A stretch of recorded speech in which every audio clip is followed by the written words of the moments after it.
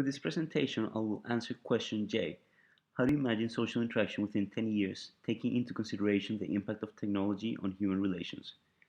During this presentation, I will cover the following topics: offline and online convergence, augmented reality, the end of language barriers, natural interaction with technology, and virtual presence. The first point, which talks about offline and online convergence, is basically talking about how humans will merge the online and offline world. So, for example, one of the photos here shows a virtual grocery store. So instead of online shopping competing with traditional stores, what's going to happen is that they're going to merge, and they're going to merge seamlessly so that they don't have to compete against each other. In this case, for example, a person just takes a photo of a product that's printed on a screen, which could be at a train station or on the street, and then using their phone, they just buy it and get it delivered to their house. So this will go mainstream, and this will become much more common over the next few years, which will mean that merchants will interact with consumers much more than they do now. This will be enabled by the growth of mobile phones. So mobile phones will become much more popular, the volumes will increase, and also the capabilities and the functions that they can perform will grow. Also, there's a trend where multi-screen viewing becomes the norm. So instead of devices competing against each other, so we have devices now like TVs, iPads, iPhones that are all connected to the internet. In the future, they will complement each other instead of competing against each other, so that when you're watching a TV show on your iPad or on your iPhone, you can actually access additional information or comment in forums about what you're seeing on the screen. Augmented reality is a trend which is just in project mode at the moment. There's a project by Google called Project Google Glass, where you just put on a pair of glasses and those glasses show you real-time information. So, for example, you can see text messages that you would get on a phone screen. You can see information about the places where you are or the closest restaurants to you. And instead of having to take your phone out of your pocket, you have that information in front of you in your eyesight. And this allows you to have instant information, and this will become a reality in the future, and it will mean that related to the last point, instead of having your offline world and your online world, this will just become one. There's also a point about the end of language barriers. So this means that translation will be in real time, and it will become more accurate. We have similar systems in place at the moment, but they're not very accurate and they're not user friendly.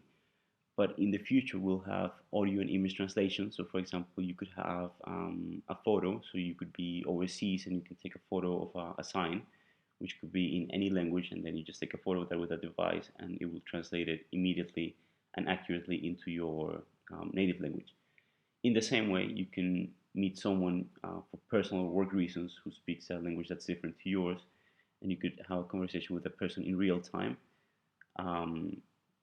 in a different language. So, for example, you can speak Italian, and another person that you know can speak English, and you could interact with those systems. This will mean that people will be able to expand their networks. So you won't be just limited to people who speak languages that you know, but you could communicate with people who speak completely different languages to yours. Interaction with technology will become more natural. So this is something that has advanced in the last years. There's more touch capabilities in appliances, so we've become more adapted to using devices like iPads or iPods instead of being scared of using big bulky computers like the way they were 15 years ago. So artificial intelligence will become more enhanced, so computers will be more advanced, have more capabilities, more functionalities that can be useful for our daily lives. There will be eye tracking technology. So this is something that's just starting in the market, where devices can see what we're looking at. So for example, if you're staring at a screen, the screen with this technology will be able to know which words you're looking at, what images you're looking at, what parts of the information you're focusing on, and based on that, it will be able to customize your profile and show you information that's more relevant to you. Also, screens will take the next step. So we've already gone from big screens to LCD plasma screens. The next step will be to have screens that are as thin as a piece of paper and also have touch capabilities. So this means that basically any surface, so like walls, mirrors, will be connected to the internet, have touch capabilities, and be able to show you information. So information will be even more present than ever before. And the last point talks about virtual presence, and this is just how human interaction is going to be affected by technology because of all of these advances that have been explained before. And this has an impact at different levels. So, for example, at the workplace, in study, and also in your personal life. So the first point talks about how telecommuting, which is an existing trend, will become more spread. There's generations now that are used to using Facebook and Twitter and being constantly online that will be more comfortable with the concept of telecommuting. So the traditional concept of working from 9 to 5 in an office Monday to Friday will disappear, and people will just work from home or from a coffee shop, and this will be the norm. Also, online studying goes mainstream.